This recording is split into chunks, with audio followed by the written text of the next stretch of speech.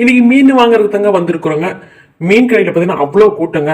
எப்படியோனுங்க நம்மளும் அடிச்சு பிடிச்சி மீனை வாங்கிட்டு வந்துட்டாங்க. நல்லா வெட்டி கொடுத்துட்டாங்க. அதை நல்லா தண்ணியில் போட்டு வாஷ் பண்ணிட்டுங்க எல்லாம் எடுத்து வச்சுங்க. குழம்பு ரெடி பண்ணி வச்சிருந்தாங்க.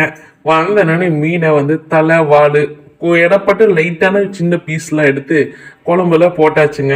அவ்வளோதான். குழம்பு ஒரு பக்கம் கொதிச்சிட்டு இருக்குதுங்க. இப்படி மீன் ஒரு பக்கம் ரெடி ஆகிட்டு இருக்குது. மீன் வறுவலுக்கு ஃபிஷ் ஃப்ரைக்கு மசாலா தடவிங்க கொஞ்ச நேரம் வெயில காய வைக்கணுங்க. அதுக்கு மசாலா பார்த்தீங்கன்னா அரைச்சி வச்சு மசாலா தடவிட்டு இருக்கிறேங்க.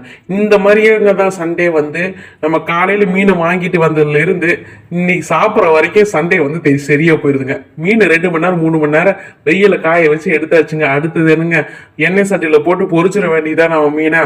எண்ணெய் சட்டிக்குள்ள அப்படியே போட்டு ஒரு சைடு வெந்ததுக்கு அப்புறம் அடுத்தது 2 சைடு திருப்பி இன்னொரு சைடும் வேக வச்சாச்சுங்க. ஒரு ஃபிஷ் ஃப்ரை சாப்பிட்றதுக்கு இவ்வளோ ப்ராசஸிங் ஆட்டா? ஆமாங்க, சண்டே இதுலயே போயிருச்சுங்க.